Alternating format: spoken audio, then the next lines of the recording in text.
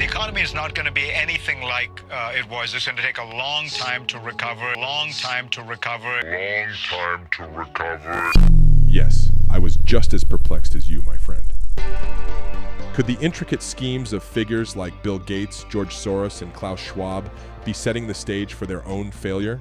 Dangerous clash between major global powers. And I would like to make sure that what I'm saying is understood. What if these plans, meant to control our future, are actually helping spark a new era of empowerment and change? You're like, no shit, I had no idea that that's how that works. Could it actually be that the elite's plans are less about controlling the fate of the world, but more about unintentionally inspiring resistance and renewal? We're not simply just spectators to a failing world, but active participants in crafting a future where a holistic global well-being becomes the new foundation, free of fear.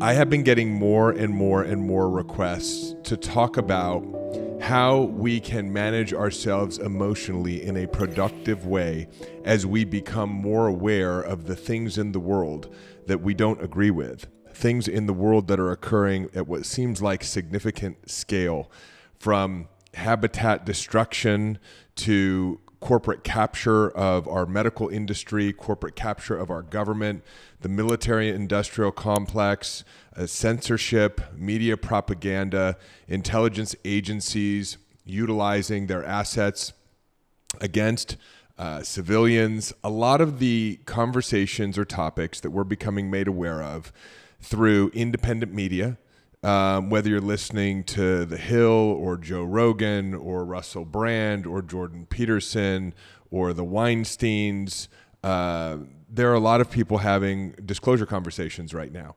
And talking about, for example, the actual motivation for the war in Ukraine and how some people, many people, educated people believe it was not a war of provocation. Talking about the origins of the COVID-19 virus, which all signs seem to point to was a virus militarized, essentially created in a laboratory funded by the U.S. in China, not some sort of crossover strain between wombats or penguins or pangolins and human beings. These are really big things. Some people are talking about the collapse of the financial system and the banking crises that we've been experiencing. And the purpose of this episode is not to bring our energy into the fear and the doom and the gloom of the disclosure process, of becoming educated around how systems and structures are functioning in our lives in ways that we do not agree with.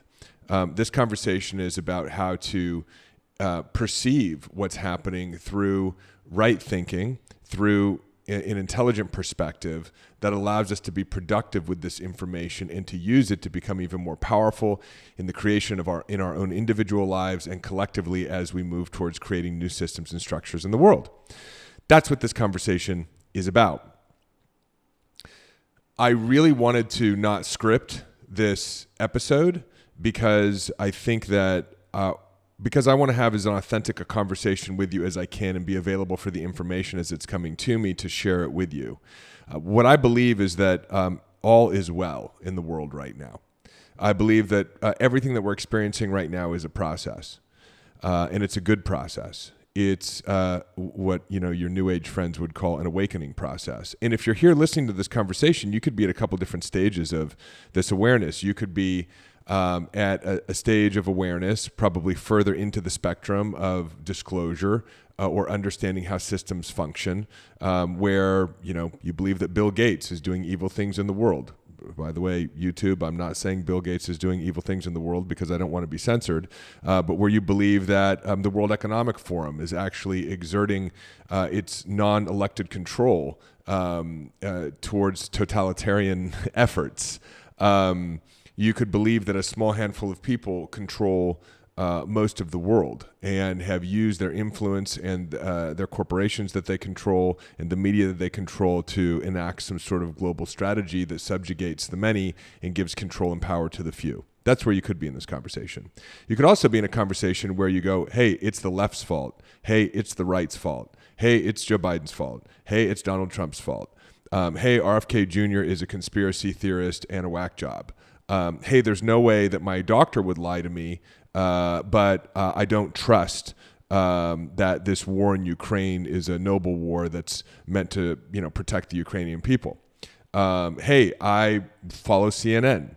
Hey, I watch Fox News. I think the other one gives the wrong information. So you could be in sort of the polarity or the duality of the argument right now, and that's okay too. Or you might be just coming into this conversation saying, hey, Dave, I was really loving your episode on how to remove money blocks, and I'm curious to see where this episode is going to go. That's cool. So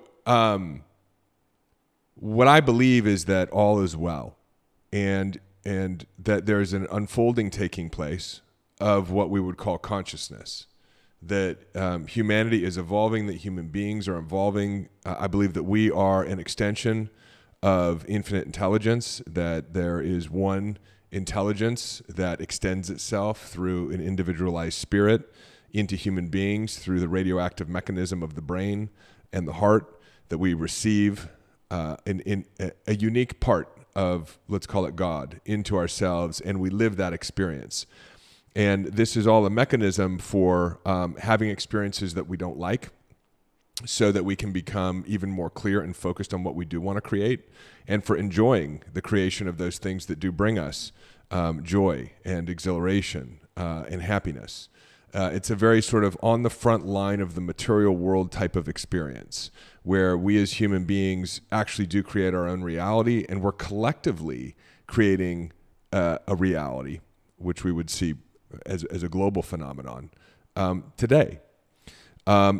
And the reason why I say all is well is because I understand that when you're experiencing deep, dark challenges in your own individual life, that those challenges are mechanisms by which you are able to get even clearer on what you do want to create and to motivate you into the direction of that creation, which is a changed life. In other words, if you're really, really sick, that motivates you to want to be really, really well. If you're really, really broke, that motivates you to be really, really prosperous and abundant. If you're really, really lonely, that motivates you to want to be in a relationship with other people, maybe a soulmate. If you grew up in a broken family, that motivates you to want to have a healthy family. If you worked for an organization where leadership was poor, that motivates you to want to create great leadership in an organization. If you've been experiencing challenges in your business, in inconsistent lead generation, that motivates this desire, this imagination, this motivation for being able to have a consistent flow of high-paying clients and to go from being a solopreneur to an organization that employs thousands of people and impacts millions. It's through the contrast and the contracted experience, emotional experience of that which we do not like, that we are able to actually get clear on what we do want.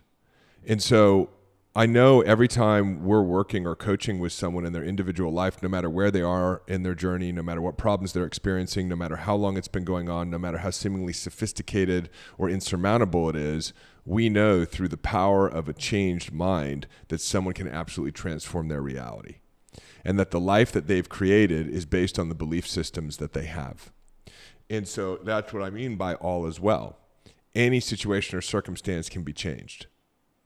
And so we're in the process of creating well-being globally, which we have not experienced well-being globally. There are people who experience well-being in their own individual lives, and the mechanism by which we are creating a global well-being is through experiencing a heightened or increased example or illustration of what we don't want and becoming aware of it.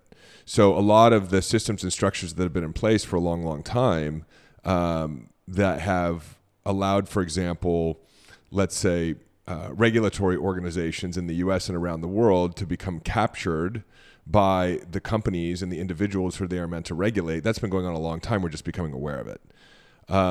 Dangerous experimentation of biochemical weapons has been going on a long time. We're just becoming aware of it. Nations using false pretenses to go into war in order to either seize resources that they're interested in or to put themselves in a better position of global control and power. That's been around for a long time. We're just becoming more aware of it. And so I would say all is well. This is a process of well-being. It's a process of well-being making. Now you can say, yeah, but Dave, hold on a second. There are terrible things that are going on in the world. There are 300,000 Ukrainians who have died. Look how many millions of people who died as a result of COVID. Look at the rape and pillaging of African nations. Look at the genocides and the Holocaust that are taking place in the world that have been taking place in a variety of nations, not just what some people believe is taking place right now in Palestine with the Israeli-Palestinian conflict and the Hamas conflict in the Gaza region. Yes. I'm not suggesting that these are things that we like. In fact, I'm suggesting that these things are designed to exist because they help us become clear on the fact that we don't want to see these things happen to ourselves or happen to other people. And so that allows us to be even clearer on what we do want to create. Like we had a Holocaust so that we can be clear that we never want to allow something like that to happen again, right? That we want to respect all peoples. We had slavery exist for hundreds and hundreds and hundreds and hundreds and hundreds of years across multiple races so that we could be even clearer on the importance of the right of the individual and personal sovereignty and equality among all peoples, which we're still, moving towards. We're not there yet. This is the process of civilization. And I'm also aware that it seems more dramatic than it is when we think we only have one life. And so by the way, everything I'm proposing here is a hypothesis. It's not just me, it's other great teachers and thinkers, and I'm weaving together different pieces in order for us to understand how to better emotionally cope with what we're seeing going on in the world, especially for those of us who are, quote unquote, waking up to understanding some of the geopolitical, global, sociological, economic dynamics that have been around for a while, but that we're just now becoming more acutely aware of vis-a-vis some of the examples that I'm giving. This is what the conversation is about. And you can entertain this hypothesis. You can just let it sit with you. And there's a lot of pieces to this. This is not a simple episode this week. It's an important episode. But I think we don't understand the death process. We don't understand the experience of life, whether it's finite, whether it's infinite. And what I would suggest is that consciousness just consistently reincarnates and incarnates and reincarnates and incarnates. And so if you take out the seriousness of one life, one death, if you take out the seriousness, which it is, of the emotional pain of losing someone you care about, if you take out the seriousness of some of the ways that people are being treated and some of the ways that people are dying, which are savage and cruel, and you realize that once we leave the physical body, after we go through that experience, we come back in and we have another experience. And if we can buy into this idea that when we come into the physical experience, we actually know what we're coming into and we know what we're going to live through as part of sort of this experience of the superorganism of consciousness, so that we can have all of these different data points and touch points of what we do want and what we don't want and what we do like and what we don't like, and that this is the process of creating a more evolved organism or a more evolved experience on Earth or a more evolved humanity. Then we can go, well, that's, really it is a shame that people have to go through, for example, the physical pain, but then they leave, they come back, and, it's very much reminds me of, when I used to, play Super Mario Brothers, and I'd, fall down some pit or have some magic mushroom, kill my character, Mario or Luigi, and then boom, I'd start over again. And so that is what I've come to believe around the experience. Now, that doesn't mean that I condone cruel behavior towards other people. It doesn't mean I condone anything. In fact, it's just the opposite of it. Every time I see a wrong in the world, I get more aligned with the right that is in the process of materializing and emerging, and I bring my attention to that rightedness, to that betteredness, to that well-beingness. But this isn't what most people do, and that's why I want to have this conversation with you. Most of us become entangled with, I don't know what you describe it, with chaos porn. We just start watching chaos porn. At night before you go to bed, you're scrolling through your feed on YouTube, and I've, right here, I've done it too, trying to break the habit. listening to the chaos du jour that has emerged around, how we found out that our own government was spying on us, or the latest with Snowden, or what's happening with Julian Assange, or, how much money is Nancy Pelosi making off of the things that she's voting for, right? So this isn't, and it's not about left or right. This is like a systemic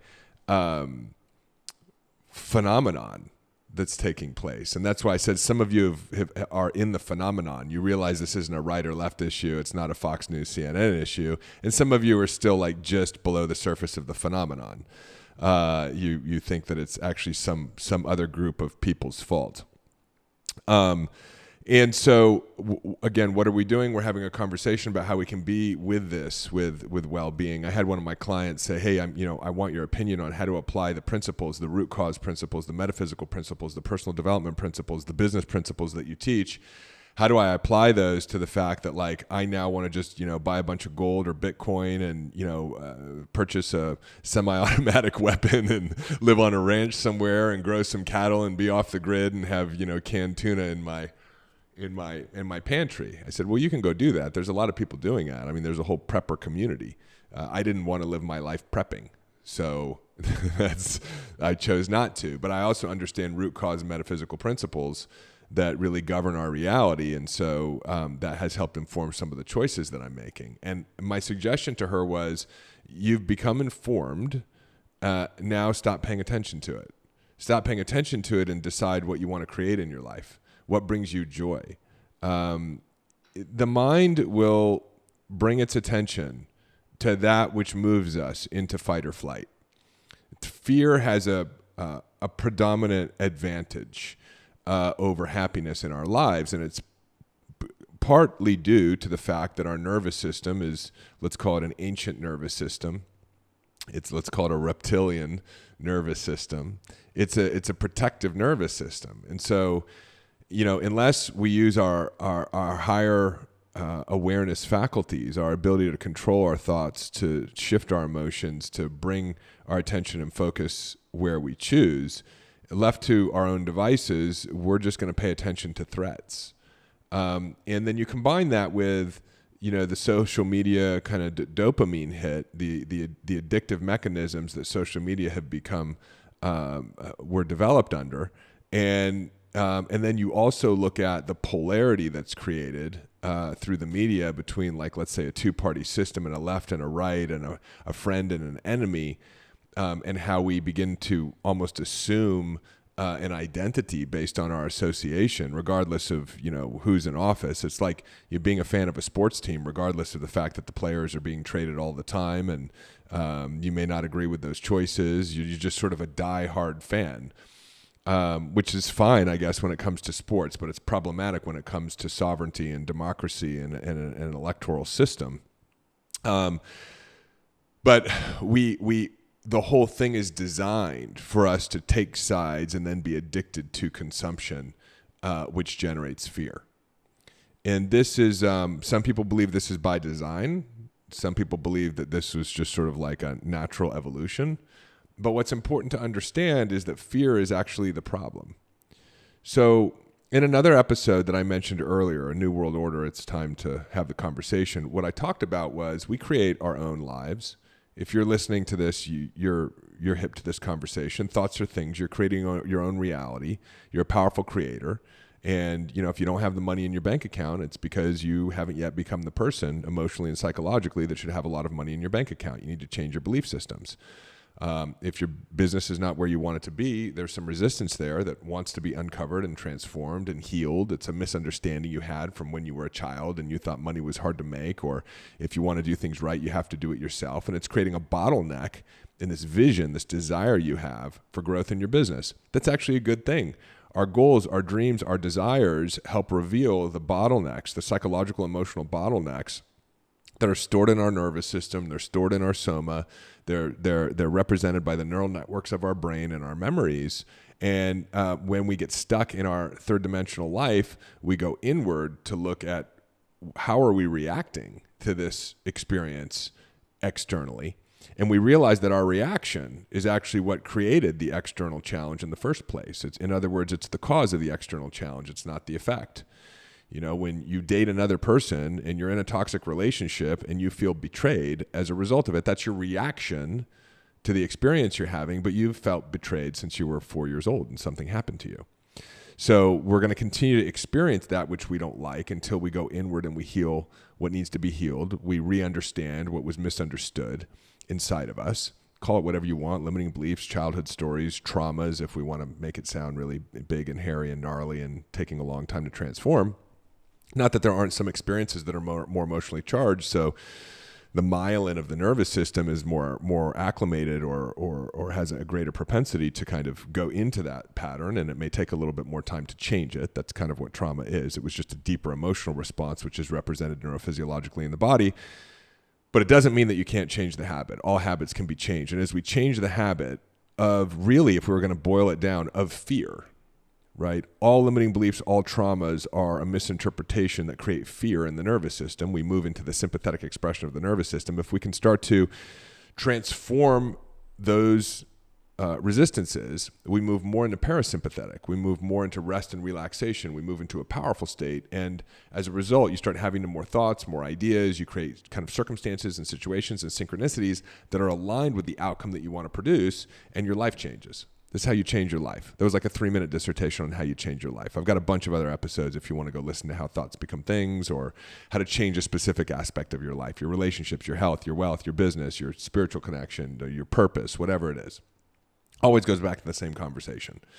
Desire plus non-resistance equals desired result. If you have a desire, the result, the desire will materialize in your life, no matter what it is, if you can operate consistently in non-resistance. But most of us pay too much attention to our current life, which was created out of a set of limiting beliefs and resistances. And so that becomes evidence to maintain the belief system, and we hold on to that belief. And so we hold on to the resistance, and so we never get the desired result. But if you get that your present moment is old news, and you're able to actually live today as if you were prosperous and abundant, even though you don't have a lot of money in your bank account, you will very soon become prosperous and abundant. And by live, I mean feel, think, and act. And you can do that if you actually understand that this is how the game works, right? These are the fundamental laws, the first principled laws that govern reality. You know, if you're living today like you're not worried that you're going to be alone for the rest of your life, and you know that your soulmate is on the way, and you're enjoying your time right now alone because you know you're going to be with this person for the rest of your life, so why not cherish your time without them right now? Boom, they're going to show up fast. That's what happens. So this is how we change our own individual realities. And there are a lot of ways to talk about this, but the way I'm bringing it into the conversation of sort of this global cabal issue that we've got going on right now, is you can change your own life, and you create your own life. And you can change your life by detoxifying yourself of your resistance, of your fear, of your limiting beliefs. Well, what's happened is, okay, that's the track of our own individual life, but we're living our lives together. There's 7 billion of us on spaceship Earth. And so each of us is creating our own individual life, and then those individual lives are commingling to create a collective reality, right? So within that collective reality it is the byproduct of a ton of trauma. You know, if you think about it, for the last few thousand years, all we've been doing is raping, pillaging, hurting, and taking advantage of each other. Like, that was the rule. You know what I mean? I watched this movie called Origins, which I couldn't watch the end of it. It talked about the caste system and how really what was happening in the U.S. with the Jim Crow laws was a caste system, and what happened in Nazi Germany was a caste system, and that actually the Germans based the legalities that they implemented that enabled the Holocaust off of the Jim Crow laws.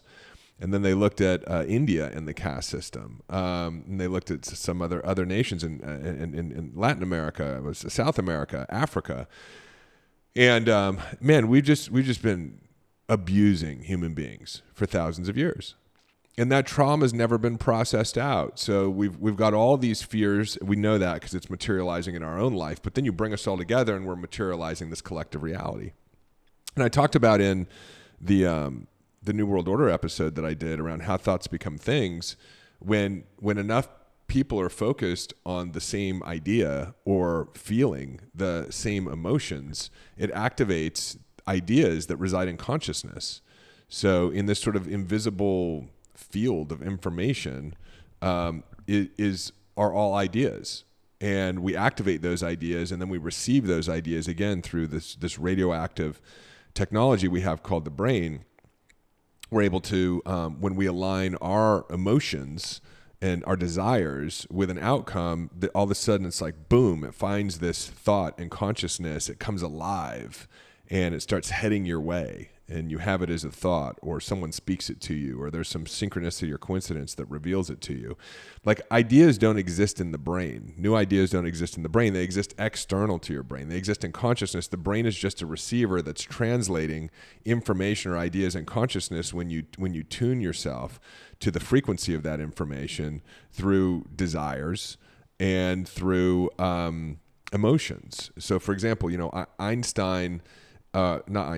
Edison, it's not like the light bulb, the idea for the light bulb existed inside of him. There were enough people on the planet who were kind of like, this kerosene thing is really nice and it's better than when we were living in the dark ages, but it's a pain in the ass to kind of like light our lamps and continue to do whatever that process was, right, that John D. Rockefeller had kind of brought to the world through his vision. And so someone, all these people are like, wouldn't it be nice if there was something else? And boom, that activates an idea in consciousness. That idea finds its way to a resonant recipient, meaning somebody whose life and who they themselves, their beingness and their skills are in alignment with the making alive of that idea by taking that idea and materializing it, literally making it matter in the world. And it found Thomas Edison. Boom. Well, by the same token, many people are afraid they're not going to be able to afford housing. We've done over 10,000 coaching sessions in our organization. I can't believe how many people actually are afraid they're going to end up living under a bridge. So I'm going to be without shelter. It's very primal, right? It does make sense. Like, this was one of the fundamental needs. It's the lowest hierarchy of Maslow's hierarchy of needs, like just food and shelter. So built into us is this fear that like we're not going to have shelter. And so that thought and that emotion, let's call it that vibration, held long enough in the consciousness of so many people in humanity, activates an idea that someone at one of the big three private equity firms, like BlackRock, Vanguard, State Street, goes, hey, I have an idea. Like, we've got a ton of money. We're looking at controlling markets. How about we just buy up all the residential real estate in the United States and globally so that we can control housing? What happens? It becomes a reality for people that housing is now not affordable. So that's how thoughts become things. And everything that we're seeing materialize externally right now is just a representation of latent fear that's held in all of our nervous systems, unprocessed, unmetabolized, undigested, limiting beliefs and resistance and traumas that haven't been processed over the last few thousand years. And now we're seeing it expressed in modern civilization. And so we're seeing that in terms of how we're perceiving, for example, censorship and totalitarian control, right? I mean, there's a deep fear that you just think about it. You grow up in a family where like children were seen and not heard. So many of us were basically told that we didn't have the right to express ourselves. And so how does that, if that's not processed, that resonance is held in the nervous systems and the neural networks and the brains of human beings for so long. And then over time, it activates ideas in consciousness. They find their ways to individuals. Some people think it's like George Soros or Bill Gates or the guy that runs the World Economic Forum. I forget his name. I'm sure it'll come back to me. Like, whoever these people are, they have these ideas and then they enact their global agenda, and you got totalitarian control. But just understand that the source of these things that we don't want, that we're seeing materialize, it's us. It's you and I. And so that's the first thing I want to establish as baseline, right? All is well. All is well. We can change the reality, and this is the process. The process is we start creating what we don't want, and then we start experiencing it to get clear on what we do want, and then direct our attention to what we do want, or not even direct our attention to what we do want, but don't direct your attention into the fear. Otherwise, all you're doing is you're perpetuating the whole system, because the whole structure is based on fear. So fear is what enables what you're seeing externally that you don't like. And so the only thing you can really do is begin to detoxify yourself of fear. And what an amazing system that God has put in place, because here we are seeing this increase in external control, decrease, let's call it, in the quality of life or personal freedoms of a lot of people. And by the way, it depends on who you talk to. I mean, when we were in India, they were embracing the G20 because they're bringing infrastructure, clean water, roads, jobs. If you're living on the low end of the global economic totem pole, you're like, yeah, thank God for, these world organizations. But if you're living in a first world country like the US, or if you look at when they have these, meetings in Davos or wherever else these elites meet, there's all kinds of protests because those are the people who are like, no, you're taking our stuff away from us. We don't like your promo video that says we will have nothing and we will be happy.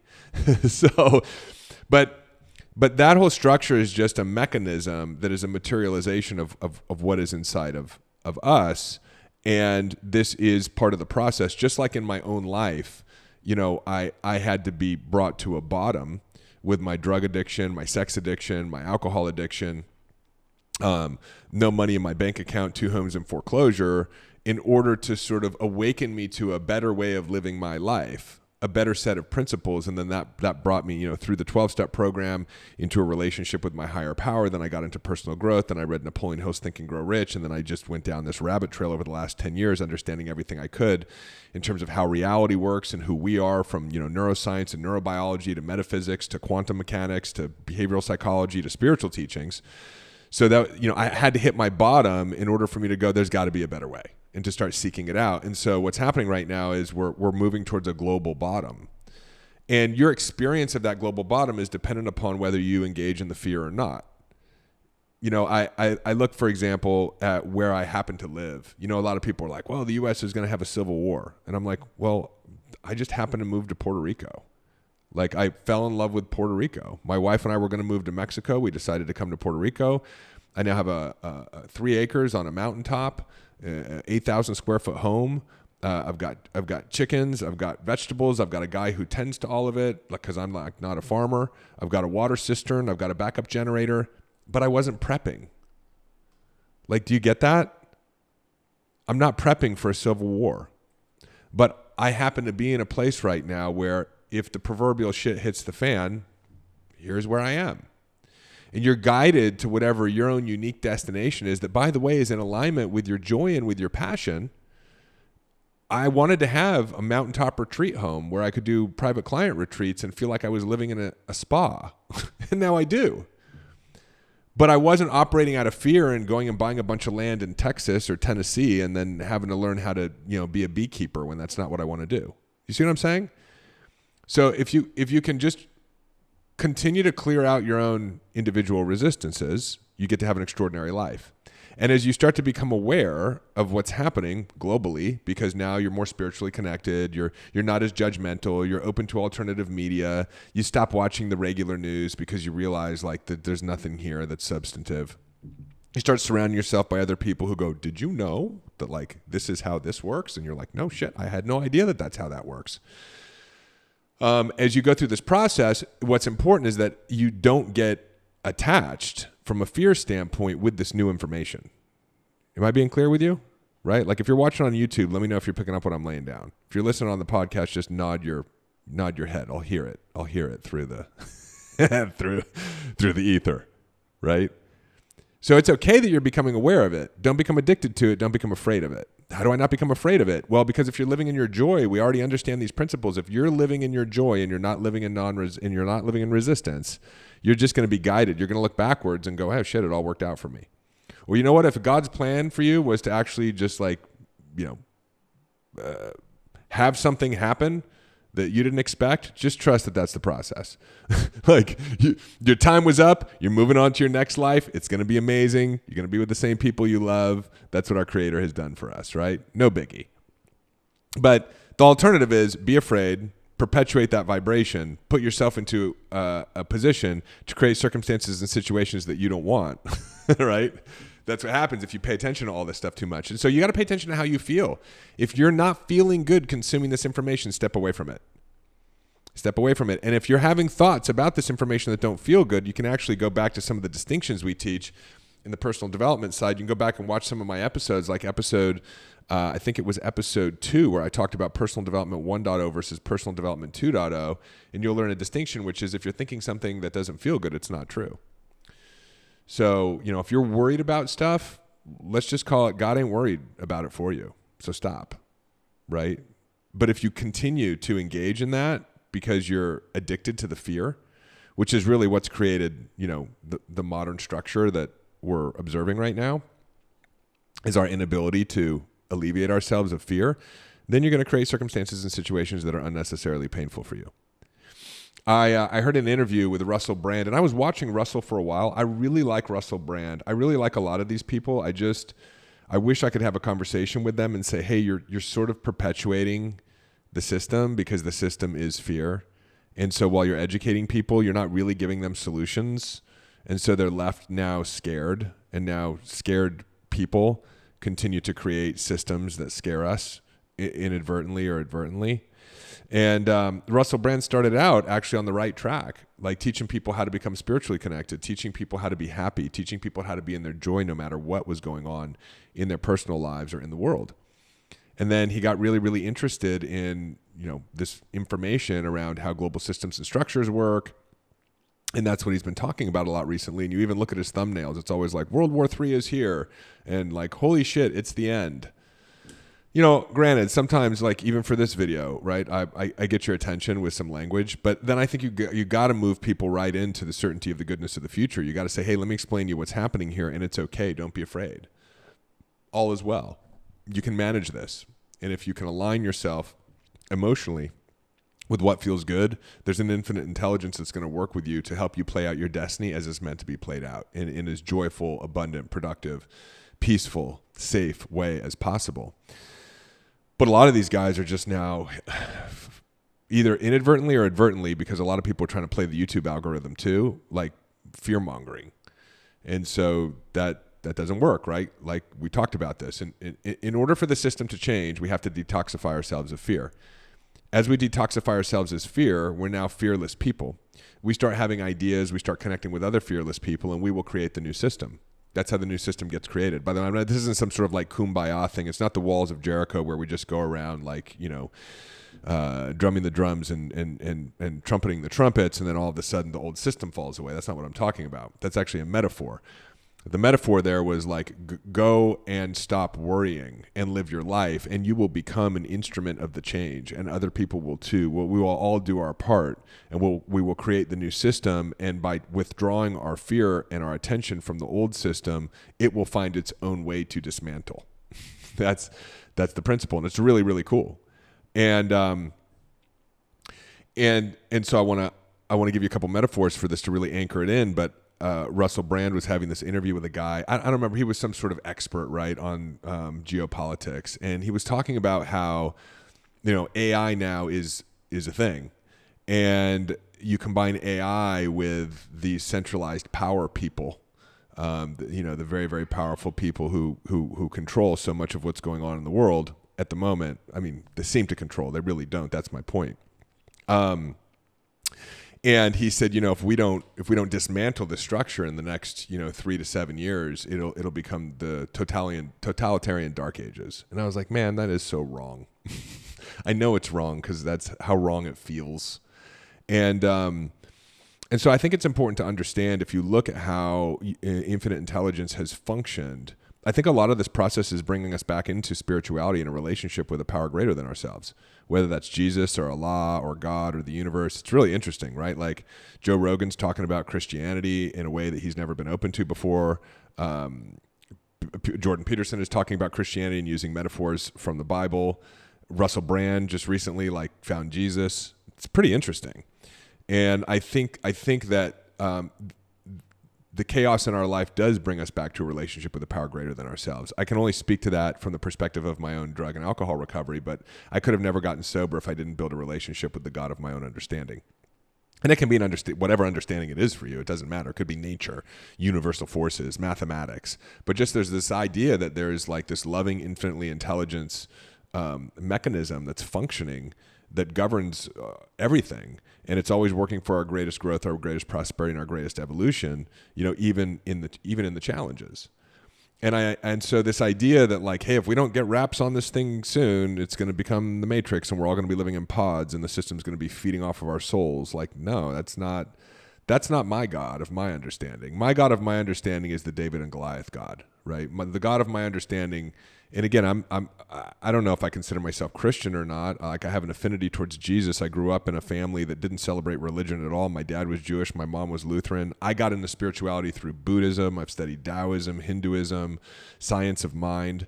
I think a lot of the stories of the Bible are examples of how consciousness works and how infinite intelligence works in our life. I have another episode where I talk about my perspective on Jesus, the Jesus question finally answered. It's a good one. You should check it out if you like this episode. But, I like the David and Goliath story. I think that's it's this idea that it doesn't matter what type of formidable, seemingly impossible opponent or force you're up against. If you believe that, God is with you, if you believe in goodness, if you don't have any resistance inside of you, which is what David represented, then the outcome will be the outcome that it's meant to be. There's a lot of language that's used in the Bible, which is like the battle is not yours, the battle is the Lord's to fight. And so our job is to actually be in faith, to be in peace, to be in joy, to be in compassion, to be in loving kindness, even towards our enemies. Those were the teachings, right? And some people think that that's too kumbaya, but like that's how we'll actually change things. When we can transform our nervous systems into the Christ consciousness, into the nervous system of Jesus, then we have the ability to perform miracles. And when we do that collectively, I mean, it reminds me of the last scene of Avengers Endgame, where like the entire Marvel universe showed up at the last minute and kicked the shit out of the evil people, right? And again, there's another conversation here, which is like, these aren't even evil people. They're just kind of facilitating the awakening process and the evolution of humanity. But I don't see that, like, if we don't hurry up, the door is going to shut. I just don't see that. I think about what God did with the story of Moses. He had Moses go and tell Pharaoh, you got to free the Hebrews, right? What was it, like 700,000 Jews or something like that? 70,000, 700,000. I'm not a biblical scholar. But that was the supreme example of totalitarian control. There was no way for the Hebrews to get out of slavery, period. End of story. No way out. So who shows up? God, through simple people, humble people. So Moses shows up and he says, hey, God told me you got to let the Hebrews go. Pharaoh's like, no, right? Then what happens? Plagues. God's like, let me just show you how I do this, right? And he brought Pharaoh to his knees. And it was all through the loyalty that Moses had to the process, not living in fear, but living in faith. And, it was interesting because, God used an example of totalitarian control with his chosen people to show them something really extraordinary, because he didn't just say, hey, I'm going to take you out of slavery. That wasn't the promise. He didn't use totalitarian control in the form of Pharaoh in Egypt to show his people how he can move them to freedom. No. And he didn't take them to a place called the better land. That wasn't it either. He wasn't like, hey, we're going to take you from a living hell into a better place. God actually went to the extremes, because that's how God works. And he said, I'm going to show you how we're going to go from totalitarian control to something called the promised land, the best land, the land of eternity, right? The land of milk and honey. And so that's what God does. And we can see it in our own individual lives. We have to understand that that's what's happening collectively as well, too. And it's important for us to stay faithful, not to go back to worshiping the golden calf, right? Whatever that looks like for you. Not to go out of fear back into the system and say, just take me back. I'd rather have the certainty of the system because I'm afraid, than to be in the space of uncertainty as the old system fades away and the new system emerges. I mean, that's what happened to the Jews as they were going into the promised land, right? That was Moses' biggest thing, was they just kept saying, take us back to Pharaoh. It's easier. So, this is where we're ready. We're ready because we've got the tools. I mean, that's why it's the focus of my organization, to give you the tools to develop emotional resiliency, to give you the tools to develop spiritual connection, to give you the tools to actually, heal the resistance and the unprocessed, unmetabolized trauma and fears that are inside of you, so that you can change your own life. And then you start to become a beacon of change for other people, who then become inspired to do the same thing. And when we have a bunch of people who are living fearlessly, in faith in a higher power with a vision of a better world as a result of experiencing a world that had a lot of horrific things in it. That's how we're going to create the next evolution of humanity. It's how we're going to create heaven on earth. Like, heaven really is on earth already. It's just a matter of us materializing it, taking it from the quantum field and being able to experience it. We're able to do that as we change our vibration, as we change our nervous systems, as we heal our traumas. And the evidence of that will be the action that we take to create a new system. And the evidence of that will be the actions that sort of the old system takes to implode upon itself. But this is not a, we need to go attack the other system. This is not a, hey, we need to hurry up and figure this out in the next 3 to 7 years. This is actually giving little concern or attention to the old system and simply using it as a catalyst for getting clear on what we want to create. We want to create wonderful schooling and food for our children. We want to have healthy food and air and water for ourselves. We want to have world peace and not have any wars. We want to have very, very, very, very small, if any, military budgets.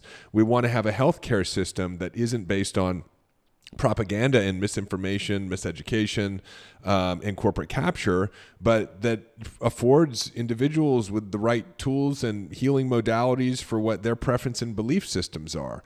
We want to have access to free information. We don't want to have censorship. People should be able to speak their minds. We want to have a humanity that loves and cares for each other, right? We want to eradicate things like a bias or prejudice against each other based on the color of our skin. Like, I believe all of those things are possible. We want everybody to be living in prosperity and abundance and to have the opportunity to actually, pursue their passion and contribute in the world in a meaningful way that's aligned with, a life they love. All of that is possible. All of that is right here, right now. It's actually unfolding.